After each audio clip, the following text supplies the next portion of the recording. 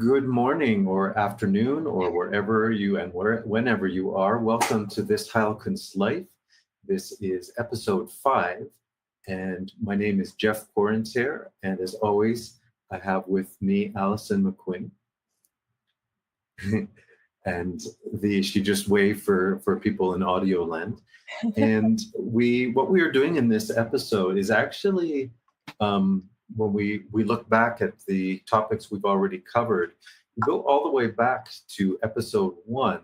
This is actually going to be an expansion of that episode. That episode was about the meaning of your symptoms. We were looking at that classic book, The Healing Power of Illness, and what symptoms mean. If somebody has a sore throat, there's something they're not saying, all that kind of thing. So that's a sound idea.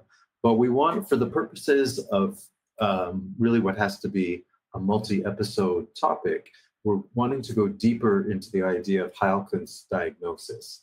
Right? We have allopathic diagnosis, which is kind of a disaster, what I would call kind of fake news, right? if you really look at how allopathic diagnosis works, it looks scientific and objective, but it's a walking disaster, basically.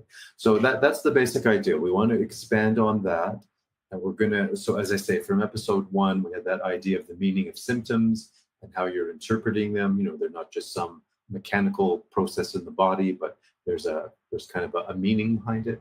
So we're expanding on that, and we're actually getting deeper into the philosophy of what is the true nature of the human being and the world and reality and life, and like what is real. As Morpheus famously asked Neo, "What is real, Neo?" And so that's what we're going to go into that, but specifically on this idea of what is real is not fundamentally particles of matter, atoms and molecules, and all the things that allopathic medicine kind of takes as their main target. But what's actually real is consciousness, fundamentally, and more specifically, what we have a working title for this episode, something along the lines of the world and life being readable as a text. The same way you read a book, it's just a series of words, text. Well, human life, the world, and all of reality is itself a text. So we'll go more and more into that. But Alison, I know you've prepared kind of a warm-up story for us, to get us into this. So you're really good at that, bringing real life stories to the front. So why don't you bring that story to us? I have a small bunch of stories that I've collected. One of them I am going to speak about in a little bit is why I am so congested, and that could be kind of fun to explore. You can be the diagnostician, and we'll have a little bit of fun as I offer up my very gnarly symptoms. And so at least I'm not running a fever today, so that I'm celebrating. Yeah. So I'm going back in my mind. There was a patient I served years ago, had been diagnosed for the second time with breast cancer. And the second time she basically said, I'm not going through radiation and chemotherapy again. As you mentioned earlier, the diagnostics and then the treatment was actually worse for her. And if the cancer was back again, her thinking is that this was not the approach that she wanted to take again, losing all her hair and potentially being really offered up as an experiment for something that has less than 3% efficacy. It just didn't feel resonant for her. So she crossed our path. It was very early in my practice, so I was a bit nervous when I saw the word cancer on her form coming in, because I hadn't really dealt with a case that had been diagnosed thusly. And so, yeah, especially considering that it could be life-threatening. So I was a little freaked out. So again, when she came in and let me know that she wasn't going to go the allopathic route, in fact, that she had actually fired the doctor, he said she really wanted the diagnostic tools. So just to have like MRI or X-rays or capacity to have blood tests. And he basically said to her, if you don't go my route entirely, you don't get part of the equation for diagnosis and prognosis. So she basically said F you. And when I heard her say that, from what we had studied about in Heilkunst medicine, that's the opposite of the cancer state of mind of resignation. The cancer state of mind being not just resignation, but feelings of the unlived life or rescuing others to the exclusion of self. So I actually got kind of excited because I thought, oh boy, if that's the state of mind, this might be the first case that I'll able to resolve using Heilkunst principles. So she went to another city to actually get the diagnostic tools to be able to follow as she and I went along month after month. So I guess all that to say is that when I heard her really buck the false authority model and actually say what she felt, I knew from having studied almost 7 years by that time in Heilkunst principles that we were going to have a really good fighting chance to be able to resolve the underlying cause. Yeah. Thank you. I love that for many reasons. But yeah, to our focused topic today, yeah, you were already starting your Heilkunst diagnosis on the basis of the text of this woman and her life and how she was interacting with the doctor and with her illness and everything. You could already see a state of mind through the text, which already gave you, the first foundation of a Heilkunst diagnosis. So yeah, I love that. That's a great, reading the world as text story. Because again, the allopathic world, yeah, they need the MRI, they need all the physical, quote unquote, objective measurements. Well, let's measure the tumor and let's, that's not reading text. That's just taking out your measuring tape and measuring the physical artifacts of the world, which is one thing. As I said, there's nothing absolutely wrong about that. But yeah, unlike your story, that approach doesn't get into a textual analysis / diagnosis. So yeah, thank you so much for that. No, well said. And I think it was Wilhelm von Goethe that said, reading the book of nature. That as Heilkunst physicians really is our main job, because dia means through, gnosis means through knowing, and so put the two words together from the Greek, and it means through knowing. Not just slapping a label on somebody and then qualifying them for chemical drugs. That's not a true diagnosis. It's a botch in really the meaning of reading the book of nature or the book of knowledge. You want to be able to get to the underlying phenomenon to be able not just to diagnose, but to treat on the basis of lawful principles. Yes. Yeah, the diagnosis and the book of nature, yeah, beautifully put. Yeah, we right there, and we'll actually be talking more about some of that later on today. But yeah, that whole idea of diagnosis, as you spell it out, is a reading of a text. The text being the book of nature, which is a very evocative phrase. We'll be talking a little more about that afterwards. But yeah, the diagnosis, the true meaning of it, is a reading of text. And knowing that what we mean by text is, the nature of the world and reality and human nature and the human needs of blah, blah, blah, blah. Yeah, diagnosis is reading of a text. Yeah. Imagine that, not, as I say, not extracting blood sample and running that through some kind of, blood chemical analysis. As I say, that's one thing, but that's not diagnosis.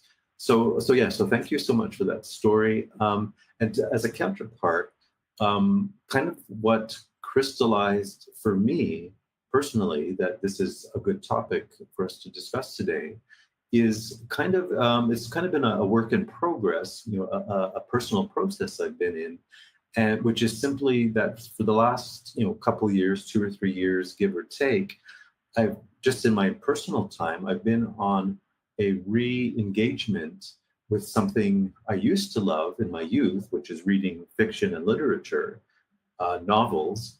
But for many decades, I've kind of ran out of time, right? It's like I needed to read nonfiction, I needed to study, all the things of medicine, and and the other things, the other practicalities of life, and that the fiction and the literature kind of had to take a back seat.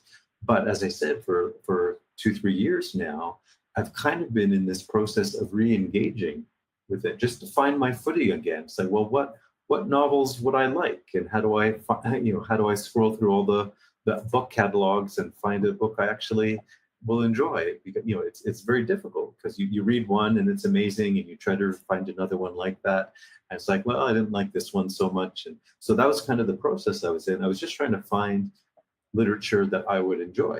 Yeah. And finding, well, what is that process in the first place? How do you even find that?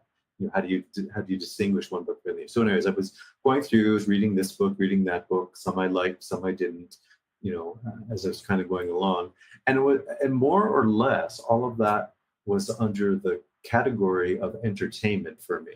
The same way you might go and watch a movie or a TV show, or any kind of live music, or what have you. It's just like, okay, I just need to take my mind off of work for a couple of hours and just go get some entertainment. So that's kind of where I started my re-engagement with literature. I knew there was more to it than that, but that was kind of my starting point. And so I was going along, as I said, liking one book, not liking the next, and trying to figure it out. And then a few months ago, I hit on about 2 or 3 books in a row that were super excellent, in terms of my enjoyment of them. And the final one of that little mini series, when I say series, the books aren't connected to each other than that I was the one reading one book, then another, then another. The book was Where the Crawdads Sing by Delia Owens, highly rated book. And I was super enjoying it, but not only was it on my 2 thumbs up list, that not only was I enjoying it, but it's like something cracked open in me, with this whole process of the last 3 years of reading all these different pieces, enjoying them more or less. Suddenly, something was kind of building up in me in this reading. And with this book, Where the Crawdads Sing, something suddenly cracked open inside of me. And I had this, and I don't even know how well I can explain this. I'll do my best, but something cracked open in me in terms of this revelation about the true essence of literature. Yes, what we studied in high school, you look at the plot and the characters and the scenes and the mood and the setting and all these different qualities that a literature student will study in a piece. But so I sort of knew all that sort of in the back of my mind. I wasn't a professional literary analyzer or whatever, anything like that, but I certainly knew the basics. But with this book, as I say, something cracked open in me, and it's like I saw through to the real meaning of literature. And my personal insight was that they aren't separate categories. And what I'm talking about is, it's not like you have literature over here, and then you have medicine over here, the way we practice medicine. You have philosophy up in this other quadrant. You have these different areas of human expression and activity. But suddenly reading this book, seeing the characters and the plot and all these things that I was enjoying, it's like, no, there aren't different categories. It's all consciousness. It's all text. It's all this expression of this deep human reality of what we are. As I say, we are consciousness, we are text. And suddenly through reading this book, in this particular book, it all cracked open for me. And I was like, oh, okay, the world is text, the world is consciousness. Again, we know that when we practice medicine, we look at with your story you just gave a moment ago, Alison, we look at the state of mind of the patient, the consciousness. We know that as a medical reality, but it's like the barriers just fell away, and it's like, oh yeah, that's no different than reading this novel, no different than watching a movie, no different than watching children play on the sidewalk or whatever, and how they interact with their game and everything else. It's all part of this human text unfolding before our eyes, this kind of dance of consciousness which, as I say, we understand the same way we understand a novel. So there's maybe a little more to it. I just don't know how to explain, but that was my experience. And for what it's worth, that, amongst other things, kind of helped me crystallize that this would be our good talking subject today. Yeah, lovely. And I love that story. It's an amazing thing when you start to take the principle or approach for one aspect of your life and then can see how it cosmically superimposes on another aspect. I'm super curious about what it was. Was it the character or the depth of meaning that was derived through the storyline? Like, I'm sure it was dynamic in, all the facets that deeply impinged, at the state of mind or the gesture of that particular piece of literature. Do you recall what it was that impacted on you, reverberated through you, or lit up in you this level of enthusiasm you're describing? I don't know that I can it's a good question. I don't know I can pull out a specific, concrete answers like, oh yeah, because the character was portrayed like, it's I don't have that kind of answer. It was, for me, it was more of a cumulative process Oh, where, yeah. because of the books I had enjoyed in recent months, and as I said, I was kind of starting in that category of entertainment. Oh yeah, this was a good book, 5 out of 5 stars, and 2 thumbs up or whatever. I had that just kind of entertainment response to it. But through the cumulative experience of these books that I was enjoying, it just, I don't know if it was timing, whatever it was, in this particular book, because of what I had been accumulating in terms of experience with these other books, was it just kind of popped open with this book that, yeah, I kind of suddenly crossed the line from, oh yeah, I'm in the realm of entertainment, to, oh yeah, I'm in this deep textual presentation of human consciousness, Oh, yeah. and this kind of higher level of meaning. So I said that nothing special about this book in Oh, particular, I see. different from other, any different from other really well done books, well written books. As I say, it was, to me, in terms of my own personal evolution, it was just it was like I crossed a threshold just by the timing of it. It's like, oh yeah, I read this book, was really good, this book, and all of a sudden enough built up in me that I was able to see at this level, as it just happened to be this book that was it kind of was kind of in my hands at that moment when I was ready for that breakthrough. Yeah. Brings back when I studied with Stephen Decker, like, what you're describing is that cracking open of your apperceptive mass and Yes. noetic ideation. Yeah, and Yes. I know the details of this are um, probably beyond the scope and imagination of any like somebody observing this unfold right now. But I remember, the physician is super important as a Heilkundler to constantly be kind of packing the inside of your belly with artistic portrayals in nature. And of course, you've been working so hard on studying, Steiner's works and writing the book Staphysagria, and then, taking some time to develop apperceptive mass with regards to literature, and you're getting back into music and stuff. It's like you're padding your locker, and all of a sudden there has to be, some output that starts to leak out with regards to the apperceptive mass starting to tip an equation. Yes. Mhm. And thank you so much, yeah, for bringing that phrase in, the apperceptive mass. That is a super important phrase for our topic today. And let's even start with the first word, apperceptive. What is that word? Well, everyone knows the word perception. I perceive a tree, I perceive this, I perceive that. But apperception is a slightly different word, and it really gets into the sense we're talking about. Is, yeah, I don't just see the literal physical thing in front of me, the tree or whatever.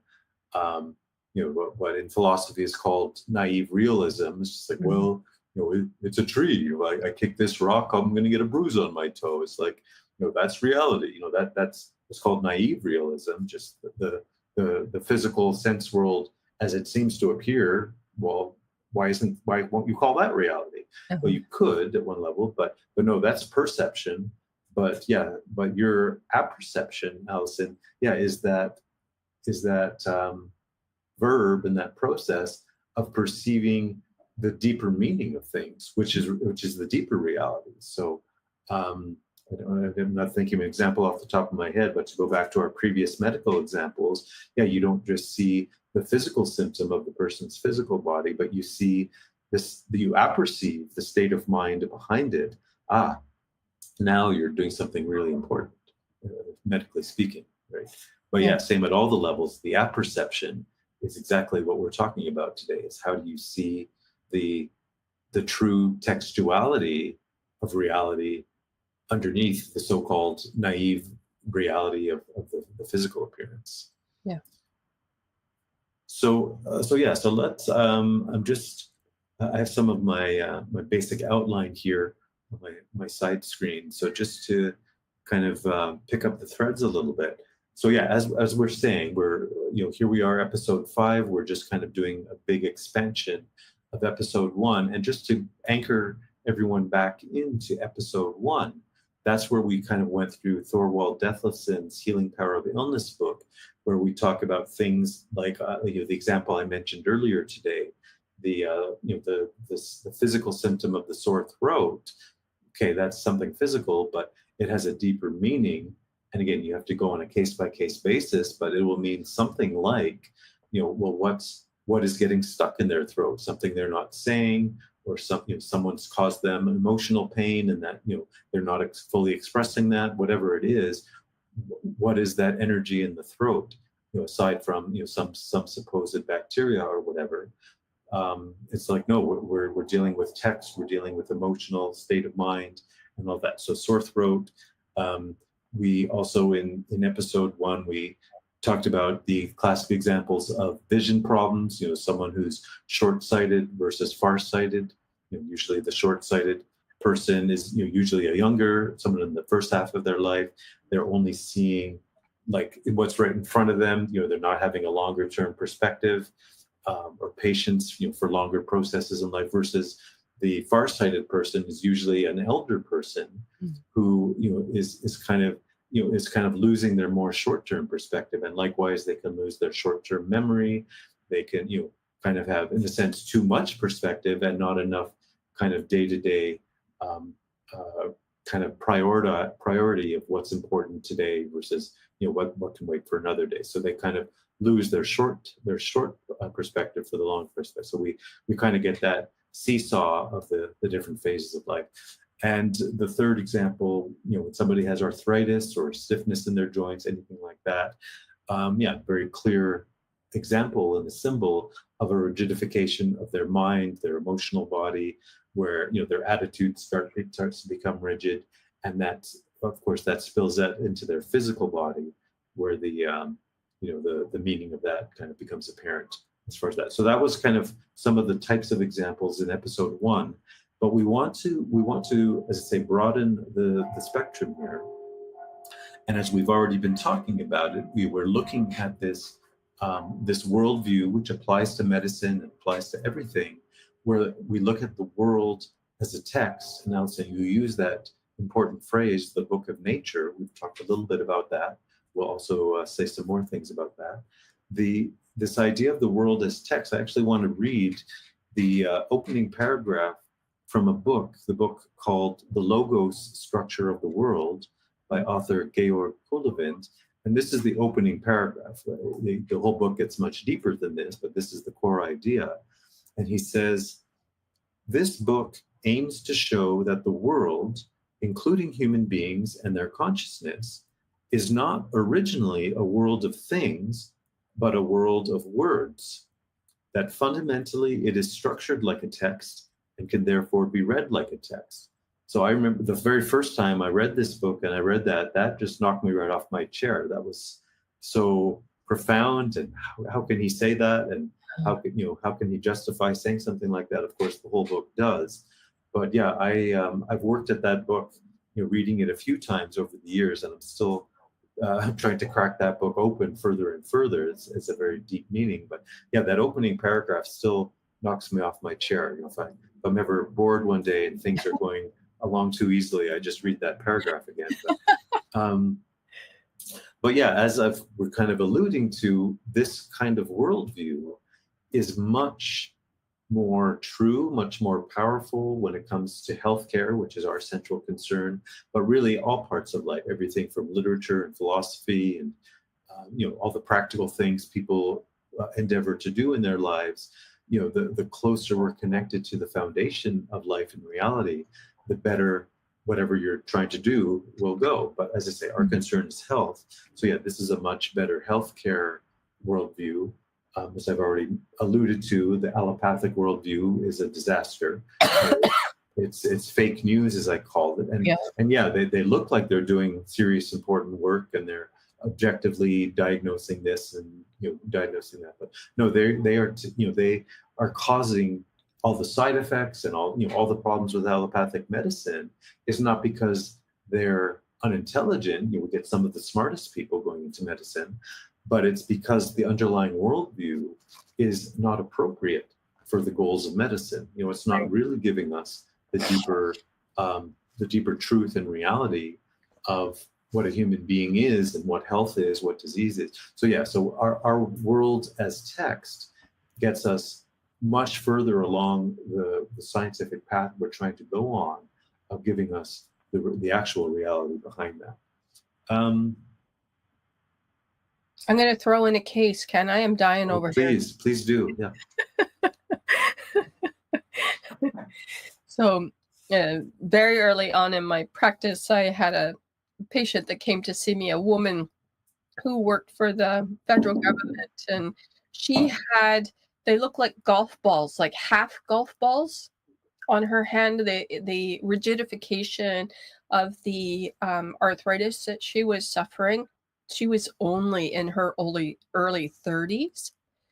And I wanted to know what she hadn't been able to handle over the course of her life. Mm-hmm. And she had been criticized by a very controlling mother who had never allowed her to develop her own volition and facility. So every time she tried to handle something on her own, she felt ill-equipped to be able to. And so what happened is her knuckles started to swell and rigidify so that her hands were almost like claws. Oh, yeah. So as we went and discussed very deeply the history that she had with her mother and the lack of facility and agency that she felt as a result, we started to really get to the depths of the claws and the rigidification, and the half golf balls actually started to melt, which was super cool. That after about 10 months of treatment, she had greater motility back in her joints. Now, the doctors just wanted to put her on anti-inflammatories and really high-end drugs specifically for very advanced issues with regards to arthritis. And this was very hard on her liver, and she wanted off those medications ASAP. And so the fact that we got to get to the depths of her pathology, again, being, very emotionally based, we were able to help her thaw from feeling like she couldn't handle anything. Yes. Mm-hmm. Yeah, I love your stories. There's always very very vivid imagery you have in that story. Very real life person, of course. But yeah, that's kind of into our theme of textual analysis. Like you can imagine that in a literary novel. It's like a character being described as these big big naughty orbs on their knuckles or whatever. It's like, wow. It's like, yeah, if you read that in a novel, you'd really get the feeling of that character instantly.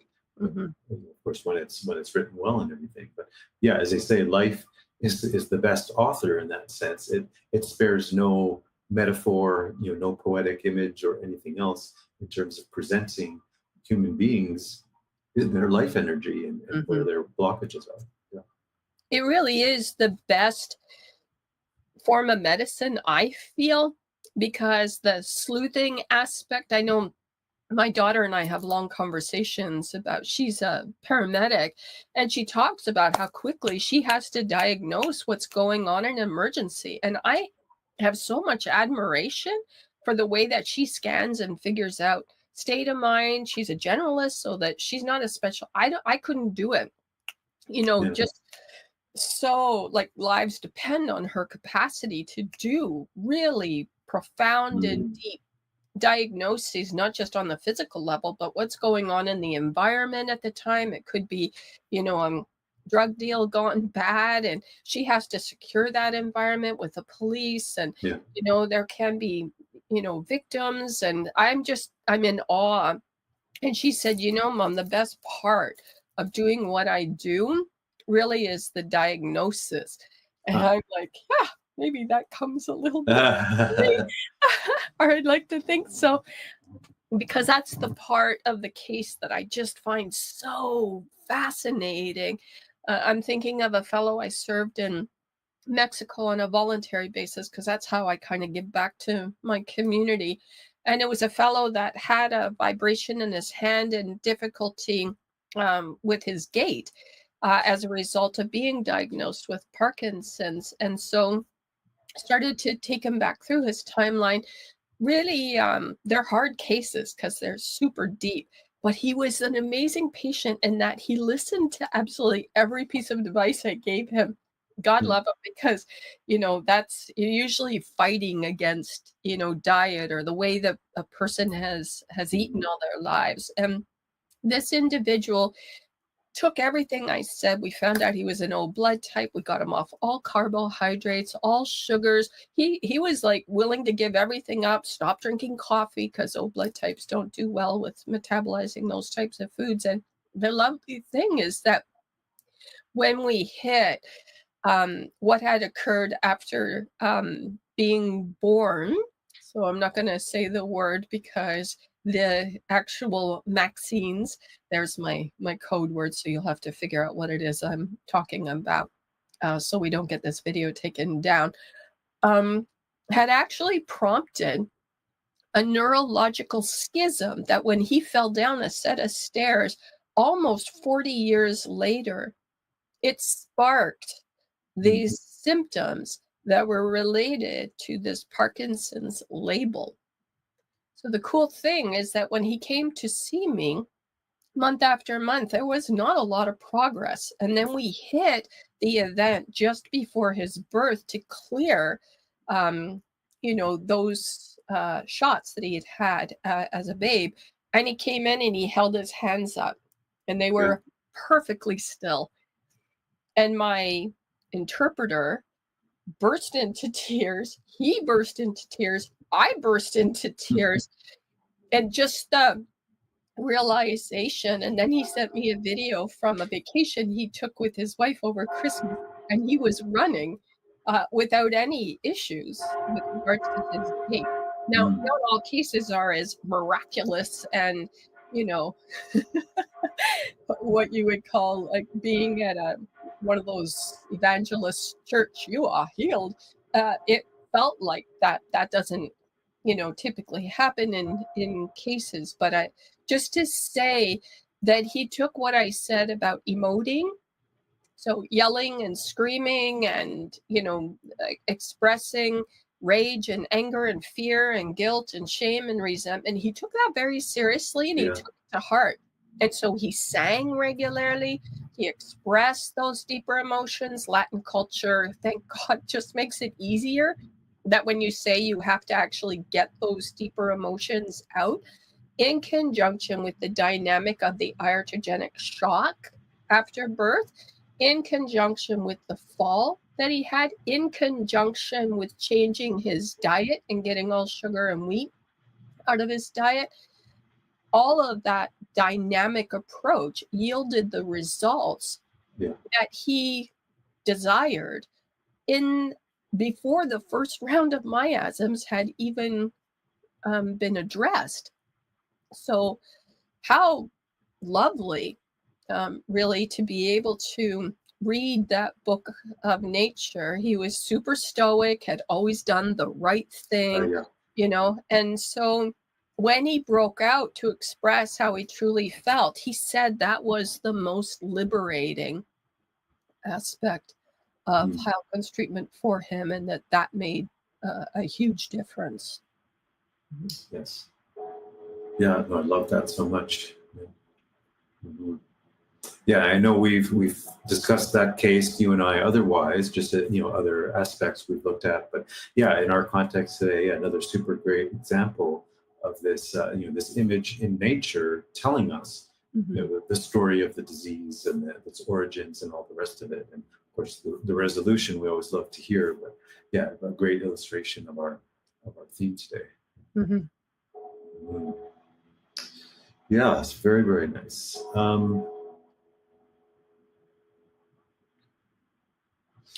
Yeah, so I'm back here looking at my outline just to remind myself of some of our points, discussion points here. But yeah, in general, again, to get our minds kind of in gear, into this topic. And we all know this in various ways, right? And again, studying literature and other ways. But yeah, we're kind of in when we're reading the book of nature, when we're reading the world as text, what we get into the topic within that of signs and symbols. What's a sign? What's a symbol? And very simple. Like one way of saying it, or one example is the classic old dream symbol dictionary, dream interpretation dictionary, and those are okay up to a certain point. I mean, you have to. The problem with them is that supposedly you can take one symbol, one dream symbol, and it's the same means the same thing for everyone. Well, no, you need to put living interpretation into each case. But the such dream dictionaries are a good starting point to get your thought process working. It's like, oh yeah, if a fire truck in the dream, there's a fire truck and there's a house on fire, and it's like, okay, the dictionary might say, oh yeah, a fire truck and a burning house means this and this, but it may mean kind of have a different kind of meaning for that given person. So as I say, this once you get the living symbol in the real case, yeah, that becomes powerful. Another artistic image of a kind of a sign or a symbol that I connect to is the famous movie The Matrix, Mhm. where that image where Neo is looking at the computer screen and all these green, funny, weird mathematical symbols are kind of cascading down the screen, and it's kind of meaningless. If you don't understand the language, I don't understand the language. It's just a movie symbol. But he gets to that point where he can start to read those seemingly abstract symbols into real life meanings, to people and events, and he can say, oh yeah, there's someone walking down a street, and there's this and there's that. That's a very powerful artistic sign or symbol as far as what we're talking about. When you can start to read the text of the world and nature, it's just like Neo, looking at that computer screen. Right? Artistically, that's very powerful to me. I also want to get into a little bit of, if we're going to talk about text, we've got to go back to Dr. Hahnemann, Mhm. and we'll talk about some of the details of his system of medicine in our context today. And first of all, Hahnemann himself was multilingual. And that's part of his life story. He put himself through school by tutoring other students in different languages. He was fluent in multiple languages. So why? I mean, other than being an interesting historical fact about Hahnemann's biography, it's like, okay, he's smart, he knew multiple languages, but to our theme, again, he didn't express this explicitly, in his medical textbooks or anything, but you could certainly see the deeper philosophy behind Hahnemann. He would have a high awareness and sensitivity of text, text of different languages, and how do you read different languages. So it was kind of in Hahnemann's DNA to have this idea of reading the text of nature. not just the text of Latin and Greek and whatever else. But yeah, he had this deep sensitivity to text, and you saw that like when you come to his medical breakthrough, where he kind of figured out, he was the first one in medical history to figure out how to make practical the law of similars, like here's like. Well, his method of provings, where you take a medicine, you take some substance from nature, and you ingest it, and then you document all the sensations and experiences you have when you're doing that. Of course, some people do that informally with recreational drugs. They just want to have different experiences, and they kind of see what they experience under different recreational drugs. Hahnemann did this in this formal scientific medical way. He would ingest a medicine, and he would record, he would write down all of his inner experiences. Oh, I felt a sensation of heat in my belly, and I felt this and I felt that. But he's writing all this down as text, right? And that's, that may seem trivial, but that's super important, because this is not the realm of the allopathic approach, where they're trying to get so-called objective data. I read this readout on my MRI computer screen, or this, but they've gotten away from text, and they've gotten into the illusion of data. Yeah. Data that's supposedly separate from the human being. Text isn't separate from us. We think in text, we talk in text, we record our experiences in text, our states of mind. We use words in text to describe them. In the beginning was the word.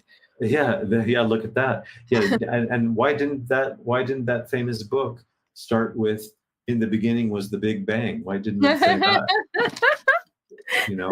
I love that. In the beginning was the Word.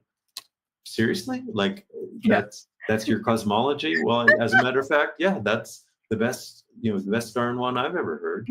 As far as really making sense of the world and all that. Uh-huh.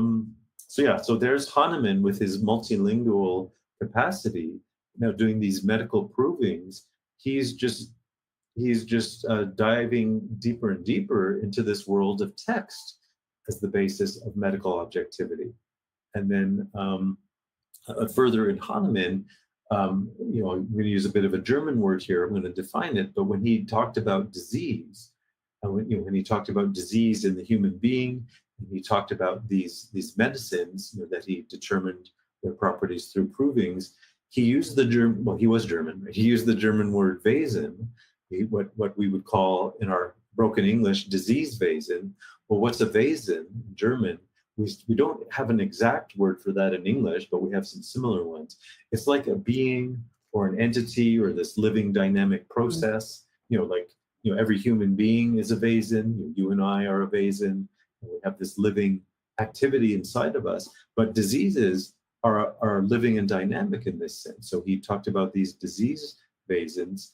And once you kind of understand our bigger idea here of the world as text, well, plug in Hahnemann's disease Wesens, and now you have these living dynamic activities, which text is. When you have every true piece of text, every true piece of literature has this Wesen quality. It's this living dynamic entity which is unfolding before your eyes. When you read a good piece of literature, it's not just some object out there in the world and you're just kind of passively walking by it, but you enter, as the reader, you enter into this living dynamic relationship with this piece of literature you're reading. So that's the same thing Hahnemann means by disease Wesen, to diagnose, of course, to do the proving, to get the properties of the medicine in the first place. You have this interaction with the patient in general, but you have the interaction with their disease Wesen. And it's no different from the way we read and interpret a piece of literature. It's this living dynamic text. So anyways, all these things in Hahnemann and his multilingual ability certainly went very deep into how his understanding of medicine got formed from the get-go. You can't kind of separate those, that biographical fact from his medicine. Yeah, well said. Yeah. And Hahnemann, like you say, such a dynamic thinker. I mean, wasn't just a number of languages, it was 12 languages, and he effectively translated in 8. I mean, the man was a living genius. And so, as Yeah. you say so well about reading the book of nature, he was really a craftsman and a genius in that particular regard, which laid down the whole foundations of Heilkunst medicine for those of us who have picked up his actual blueprint, being Heilkunst as opposed to the principle, just the principle homeopathy. That he's so much more. And so, thank goodness we had Stephen Decker, who went back and read the Book of Life as it was intended, Yeah. and we've been gifted with that capacity as Heilkunsters, and max it out. Mhm. Yes. Hmm. Hmm. Yeah, precisely. Yes. So I have a little handful of some specific medical concepts and medical examples which further expand on what we're saying, with Hahnemann and his engagement with text, and just the general principles of life and nature and medicine and all of it.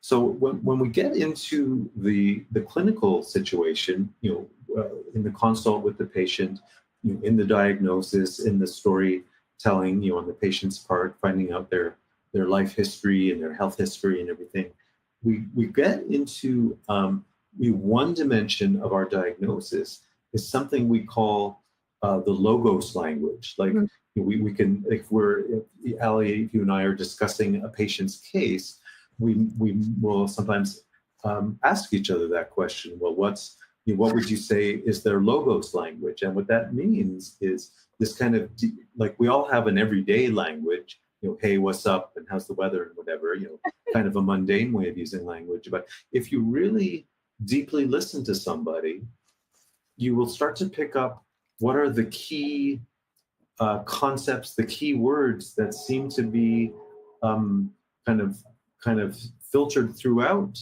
their expression. Let's say, I'm just making up an example on the fly. Let's say somebody who's always, using words and using expressions that have to do with sound and hearing. Do you hear what I'm saying? Or, if they're always talking in that way, using those kinds of sound expressions, you kind of get a clue that something deeper in their, who they are, has something to do with sound. So whether that's a musical ability they want to tap into, or they're kind of like Hahnemann, they're a communicator, they're a linguist, or something like that. You kind of get these clues as to where their logos language is pointing you. As I say, you can't just run that through an artificial intelligence machine. You need to use your human deep hearing to really hear underneath their words, to hear the deeper text in this sense. So that's just one example. Like my Parkinson's patient needed me to know several times during each consult that he's always tried to do the right thing. Oh, yeah. That was super important to him, and I fed that back so that he knew I'd heard him. Yes, I understand that you have felt that you always needed to do the right thing. Yeah. But he was holding in the stricture all the right things, but had Oh, yes. chosen himself to be able to express. He deemed, rage to be not the right thing, or Exactly. frustration, fear. That was not the right thing. He had interpreted that he had to lock all those components down. And so he successfully Yeah. was armored within his own stoicism. Hmm. Yeah. Again, that's very clear and distinct example and a meaning to what we're saying. Because it's and it's interesting too, as you say, you feed back to him, because we often do that at a slightly elevated level. We'll feed back the invisible thing that the patient doesn't even realize they're giving a certain message. But underneath that, you're like, oh, you might have, a similar case like you just gave. They may not have literally said, I'm always trying to do the right thing, but just in the way they express their life, their stories and everything, you say, well, it sounds to me like you've always tried to do the right thing. But even though they didn't say those words, where you're kind of hearing the deeper text of how they seem to express themselves in the world. Yeah, well said. Yeah, no, I love that.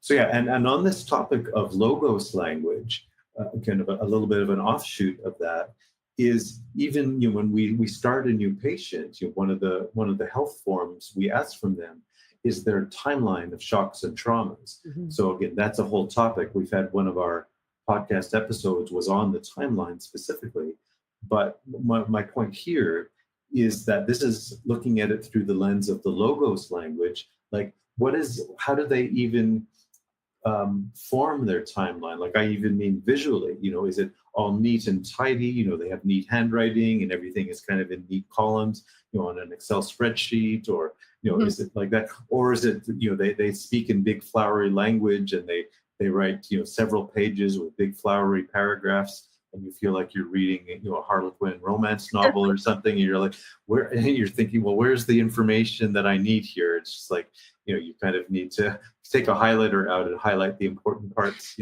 versus, we joke about the Silica Constitution, they have exactly 6 lines, no more than 4 words per line. And, they like on a big sheet of paper, their timeline only takes up like, 1.5 inches. And you're like, oh, okay, that's their logos language. They're concise, and they have no wasted words and no wasted breath. And, every word is really well placed, kind of like a haiku poet, they can only get 17 syllables, and then they be in and out, and then they're done.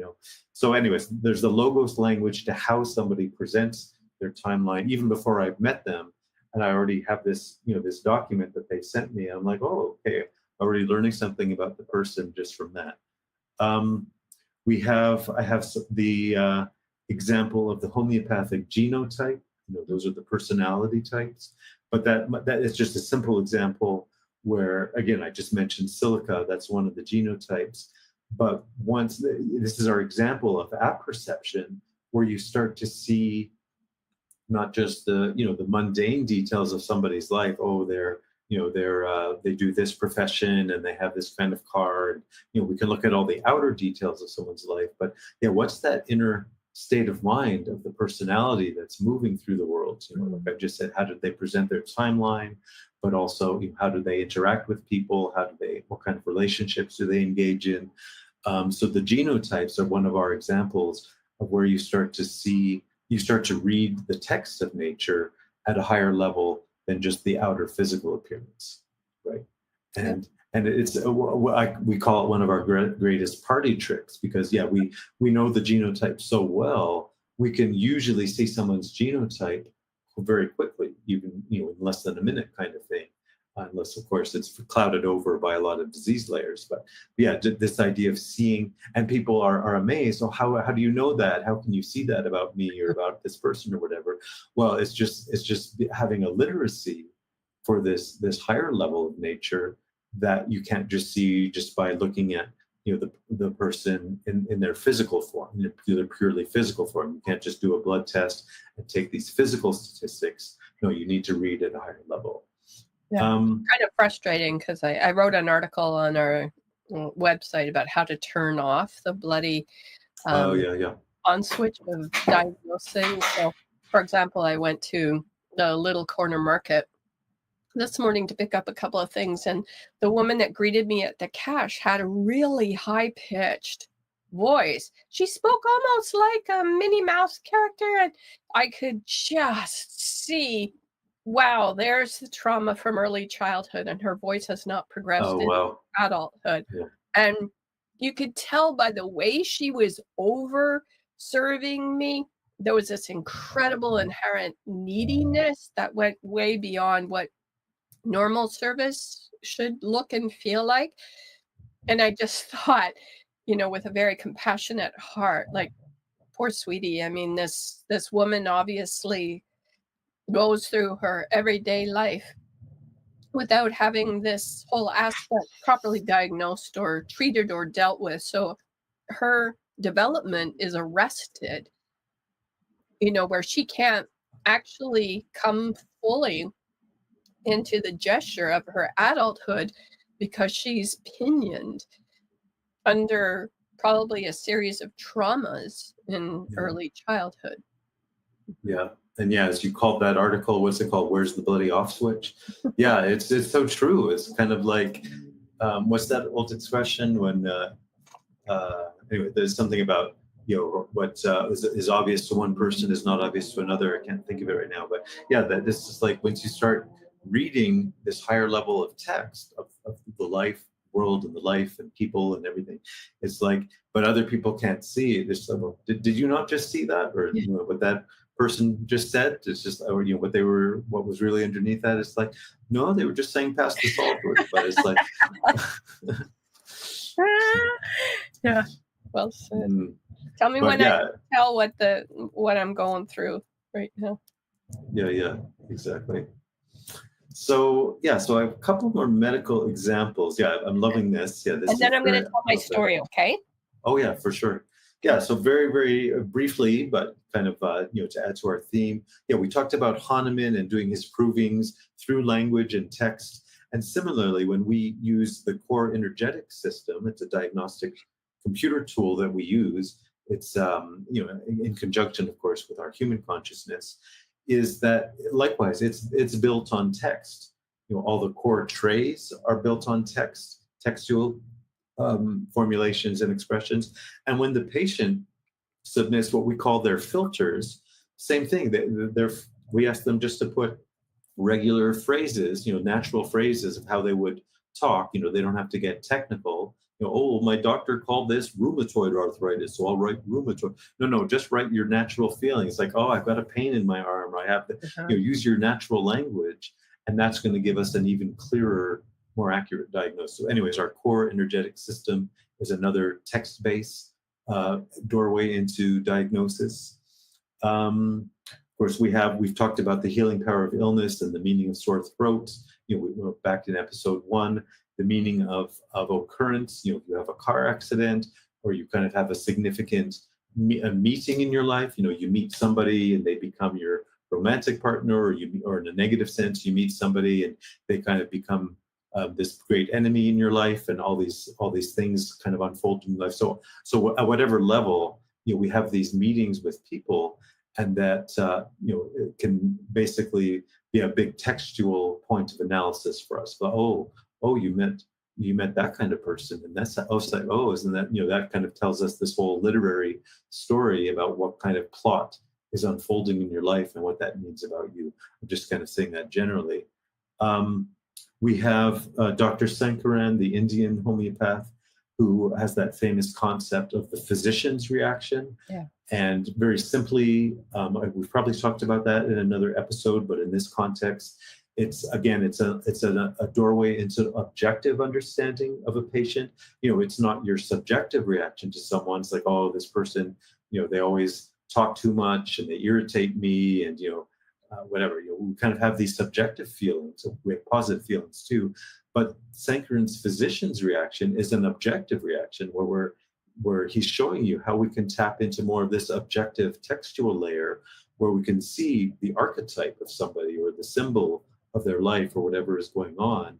And it's, again, another tool to get into this diagnostic textual analysis that we're talking about. We can get into recommending a book or a film or a piece of music to a patient. All the variations of art therapy. Same thing. We're kind of using the kind of a piece of text, a piece of art, as a medicine in that sense. You're kind of meeting the patient at that level.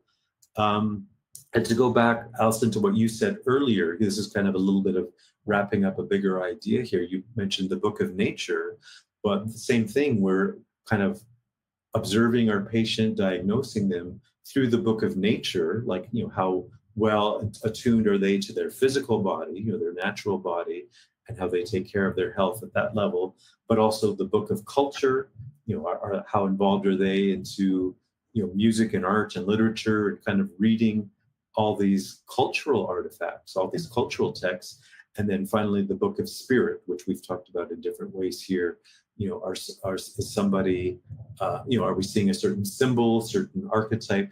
These are kind of artifacts of the spiritual nature of the human being, kind of seen through this higher level. So that's sort of some of the general topics. And Elsa, I know you have a big story you're sitting on. So Actually, I why have don't two you? more. Yeah, because the more Yeah. you talk, the more I think of illustrations, which I think is a historical thing between us for the last 23 years. Yes. Yeah. So my daughter Addie and I went camping over on an island. And when we pulled in, I'd been there so often. It's been 15 years. I've been going to the same campground, and I love it there. And we had a little cabin that we had reserved because we expected some rain over the weekend. So as I pulled into the campground, I didn't go to the front office, which was spitting distance from where our cabin was. I just turned around and pulled in, backed into the cabin. And the woman at the front desk, who I had never met, she must have been really hired for this particular season, because the other woman who owns and runs the campground, I've known her for 15 years, and she would know right away the moment she saw me that, I was pulling in because I knew where I was going. Anyway, she yelled out, "Can I help you?" in a really aggressive way. And I said, "I'm on my way over to check in." And she said, "Oh, you have to come to the office first. And, what is it that you are doing just pulling into this spot?" And so I got into the wee office and I said, "Oh, I'm sorry. Are you feeling like your authority is not being respected?" So just being a therapist for so many years, I just went to the crux. And she said, "Well, it's interesting you say that, because two people that came before you just drove by and didn't even stop to check in." I said, "Well, that must feel really uncomfortable and make you feel angry." And she paused and she said, "Actually, yes." And then she softened completely. Oh, yeah. And I let her know that, I've been coming and I know the owner, and mentioned her name and all the rest of it. And we got done what we needed to do. But as I came out of the little hut after signing everything and, giving my credit card and everything, my daughter said, "Don't people like that drive you crazy?" And I said to her, I said, "You mean sulfur women?" Of which I am one. "What does that feel like for you to be around it?" And she said, "Oh, why don't people think or, uh, come up with other solutions other than being brash and aggressive needlessly?" And I said, "That's an interesting comment, mi amor." Yeah, maybe you're talking a little bit about your childhood. Yeah. Yeah. Mhm. Yes. The last story, if now is a good time, because Sure. yeah, I love the mix of like principles and story. I hope that our followers and people that are watching this particular recording benefit from like the experiential aspect of Heilkunst principles. And so going back to that little cabin, we ended up in Hurricane Debbie on the second day. The first day was magnificent. We're out taking pictures at lighthouses and super gorgeous. It's an island called Graminan right off the coast of New Brunswick and Maine. And the first day was spectacular, but the second day it poured like torrentially, because it wasn't a hurricane, and the foghorns going all day. And, I started to feel a little bit off kilter. As a physician of Heilkunst medicine, my job was just to observe, the fact that I have a bit of a scratchy throat and my ears feel like they're kind of filling. And I just like an overall just kind of off, almost like my system felt heavy and fogged in, just like the weather we were suffering. And so, if I had gone to an allopathic doctor, he'd say potentially, what was going on, with regards to, or not, what led up to this. And so, I could have said, "Oh, my daughter was feeling a bit off with the cold-like symptoms before. Oh, I probably caught it Oh from yeah. her. That's, a typical diagnosis. If you're an allopath, then we know that Pasteur on his deathbed said, no, it's not the germ theory, it's actually the terrain. And so in French. So the thing is that it could have been from being cold, like an aconite state, where I came back from being out and the whole back of my jeans were soaking wet. Maybe I didn't get those pants off and into my leggings and then underneath the covers quickly enough. So being cold or chilled or wet, could have been the reason. And if you wanted to leave it there, what would I be offered? Congestion, antihistamine, sinusitis medication off the shelf, and kind of be done with it through suppressing the symptoms. That's one option. I know. It is. But when I realized and asked myself, what is really going on for you, Allie? Knowing that breathing issues, coughing is related to the mother, a lack of nurturing, issues with regards to sadness, grief, and then I started to pop it open, and I thought, yeah. maybe not the Pandora's box I want to be going into. No. By myself. But I had just, 6 weeks before, driven all the way from Mexico to Canada by myself as a kind of solo pilgrimage, and I learned a lot about myself. But I also realized I was incredibly attached to seeing my son. Oh, yeah. He let go of me 4 years ago during COVID, when I tried to warn him off taking the vaccine. And not that I tried to warn him off, but here is all the data and information. And I kept sending articles, and he told me eventually not to. But me being that sulfur mother, physician character, I'm a bit like a bull in a china shop that's so annoying to most people, including my own children. And my son said to me, that's it. Like, I'm done. I don't want any more of your articles. And I stopped, but it was too late after that. And so I've never met my 16-month-old grandson. And this was something I was attached to after driving all the way home. I'm only an hour and 15 minutes away from him and my grandson that I've never met. And I am suffering so much grief. I can't even ball it up and categorize it. It's all like unexpressed tears and a feeling like just an abandonment on such a level that's just really hard for me, given that, my mother committed suicide. My dad dropped dead of a heart attack at the age of 43. So being kind of lost or at the crest of the wave emotionally, where I'm not held by a family structure, is compounded by Jordan's abandonment. And so when I said out loud, as painful as that is, I am suffering the abandonment of my son this lifetime, and probably many. Yes. My symptoms abated. Yeah. Diagnosis and prescription all in one. Yeah, well said. Yeah. So, I could take natramyriaticum for grief. I could take opium for fear. I could take, cold-like symptoms, pulsatilla for having a snotty nose. But again, it can feel a little bit like you're running short. Are you okay? I'll just keep talking. And so maybe I'm being abandoned by my partner, husband, and fellow clinician at this moment. So here's my current.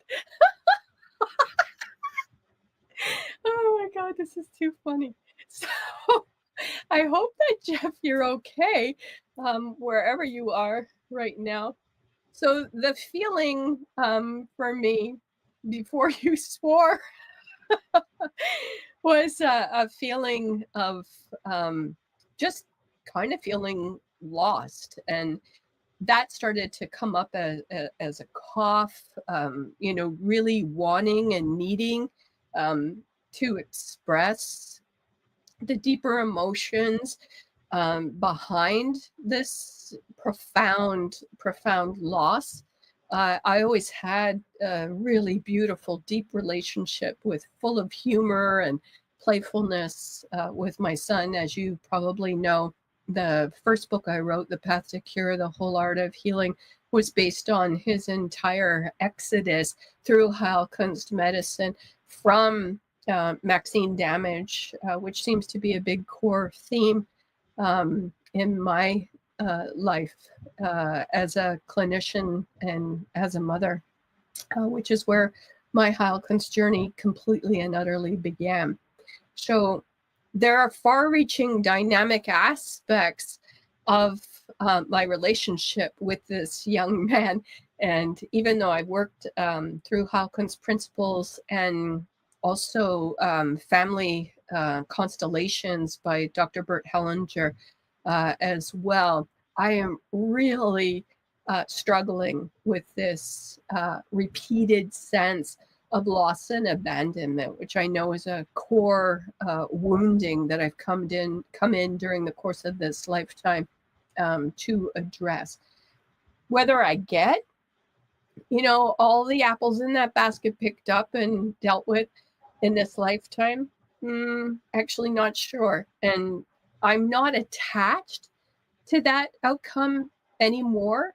But the feeling for me is that each time something of this nature comes back up, and even I'm listening as I'm talking and expressing this to you, is that my voice is clearing more, that I have less congestion in the back of my sinuses, that the sore throat has lifted completely, that I don't have, the chills and fever that made me think this morning I wasn't going to actually engage in this call at all.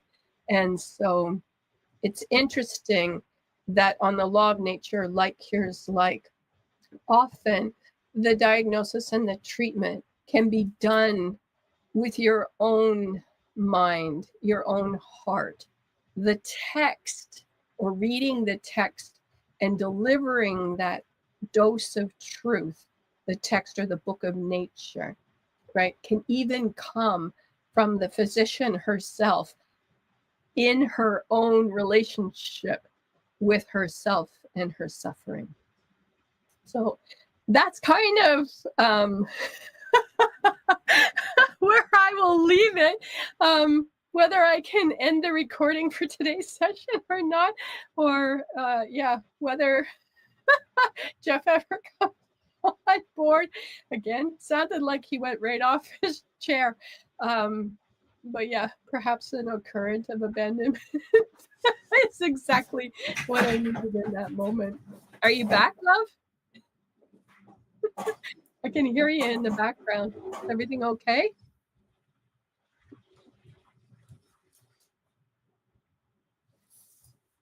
Hello. We had a little technical problem there. So I wasn't even wearing my Depends, probably because I was talking about abandonment and you left the building.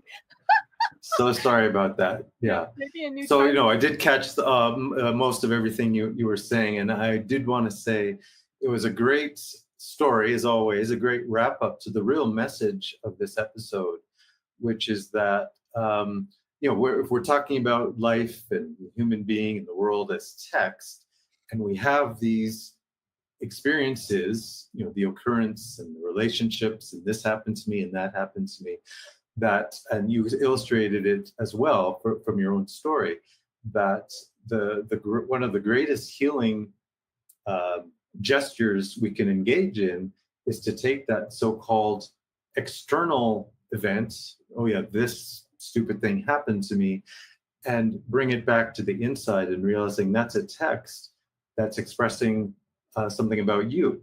That's your text being projected out onto the world for your viewing pleasure. Yeah. So that's, if nothing else, that's one of the greatest healing principles we can teach our patients and really anybody is this idea of reclaiming, all this outward projection in the world, reclaim it back into yourself where it came from. Yeah, well said. Mhm. So on that note, I guess, yeah, as I say, I suppose we could have just said that at the beginning and kind of, well, maybe the tweet version of this will have to be that, we can fit that into a tweet. But yeah, I want to thank all of our listeners.